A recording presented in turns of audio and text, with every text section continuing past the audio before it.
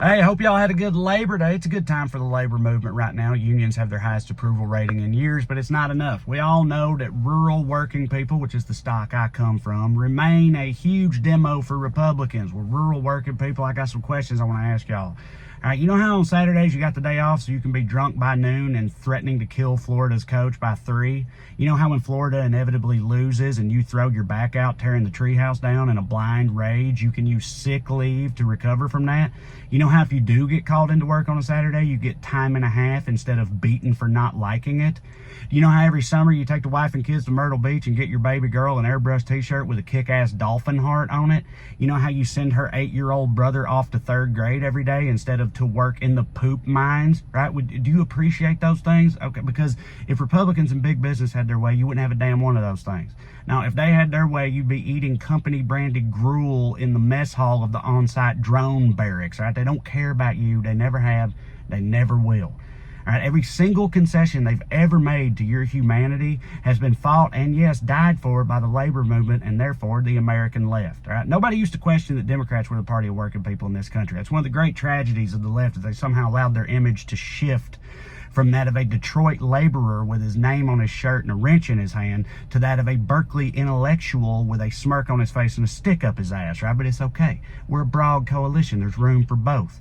All right, sticks, wrenches, hands, asses, all are welcome, and then some, as long as you recognize that we are in this together against the boundless greed of the moneyed overlords represented by the GOP, right? But yet they maintain a lot of support amongst working people. How? Why? Well, because working people are distracted from the very real progress the left has made by the very made-up threats they're told the left poses. Republicans tell them, who cares about time off? If the left has their way, you won't have a job at all. Why? Well, because of the endless flood of juiced-up mega Mexicans we're letting into this country, of course. That's right.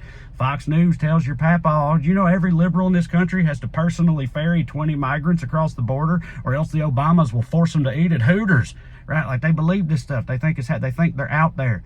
Wave after wave of migrants who only stop selling fentanyl and attacking blonde women long enough to steal people's jobs and vote, right? Because we all know that above all else, violent, drug-addicted criminals value 2 things: hard work and civic duty, right? This stuff happens every election cycle. You remember the caravans? Remember how they disappeared right after, right? Apparently migrant caravans are like cicada hordes. They only come up every few years for some reason. Right, listen, don't buy into the bullshit, working people, all right? There's no invasion. These people already can't vote. It's not a thing. It's not real. None of it's real. Support reality. Support what actually affects you and your family. Support labor. All right, okay, YouTube, I got more in a second, but first let's take a look at some of the media coverage of this here stuff. All right, y'all, we're here on Ground News looking at this story. It says, in Labor Day union rally, Harris slams Trump. You see the coverage breakdown over 40 sources, many of whom are center aligned. I suppose that's encouraging. But if you look down here at the headlines, you can see how even though all these articles mention Kamala's stop in Detroit, some of the headlines from the right don't even talk about it. They talk instead about what Trump had to say on True Social. Meanwhile, the headlines on the left do focus on the messaging from the Democrats. You can see how articles that ostensibly cover the same information can be presented so differently. That's what you get on Ground News. Ground News is a startup and service that aims to combat bias in the media by adding context and transparency. So you can start to see how one outlet might say Gaza solidarity while another outlet says anti-Israel, for example. On Ground News, before you ever click an article, you get extra information like where the money's coming from, the factuality rating, and the bias of the outlet. Imagine how much better off your Aunt Tammy on Facebook would be if she got her news here instead of Minion memes, right? Especially in 2024, that's right. Ground News has one-stop shopping for all your U.S. election coverage. Need fret not, including they have one of my favorite features, the blind spot here. This shows stories that are not being covered by either side of the political spectrum. Like right now on the right, no one's talking about a teachers union chief slamming J.D. Vance. No one on the left is talking about some Gold Star families defending Trump at Arlington. You can see what their motivations might be, but either way, it allows you to step out of your own bubble a little bit, something I think we could all use a little more of. So if that sounds good to you, click the link in the description below, scan that QR code to try Ground News today for free, or you can get 40% off their highest tier Advantage program, which, by the way, includes unlimited blind spot feature. It's a subscription-based service, which means no ads. Pretty sweet, right, y'all? This year's the year. It's never been more important. Push back on the bias and BS. Try Ground News today.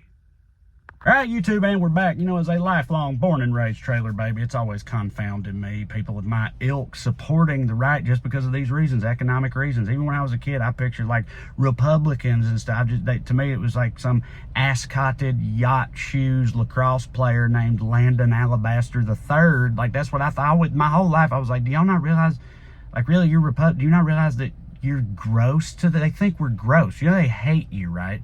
We're like the dirt on their shoes. Like, this stuff always seems self-evident to me. I've never understood poor people supporting Republicans. It's like if you meet a gay person who tells you that they support like Republicans, right? Or like you know, if you ever meet like a black guy who says like, actually no, I'm a fan of Republicans, right? Or like Latinos, like you find out that that they're into Republicans, or you know, just basically almost anyone who supports Republicans. Women support Republicans. It's almost like nearly no one should support them on account of they represent the interest of almost nobody. It kind of makes you wonder how we ever lose a damn election in the first place. You know what I mean? What do they have left? Like, who would sound dumb if you said they supported a Democrat? Like, who would you be like, well, that doesn't make sense given your self-interest, supporting, what is it, billionaires?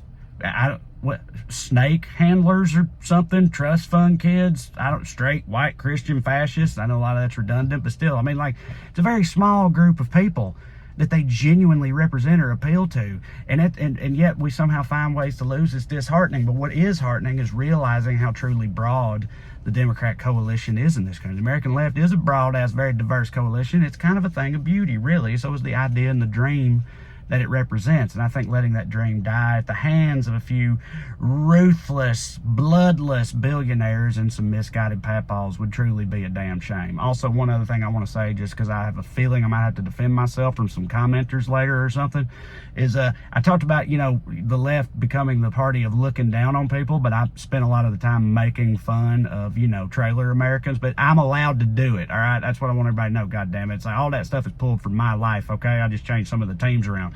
That whole thing about tearing the treehouse down after a college football loss, I literally did that, except the irony is it was Florida who beat Tennessee. The Vols lost, and I kind of lost control a little bit. Threw a grill off the porch. Katie came out barefoot, pregnant, mad as hell. Look, it happens to the best of us, okay? But I'm just saying, I'm allowed to say it, all right?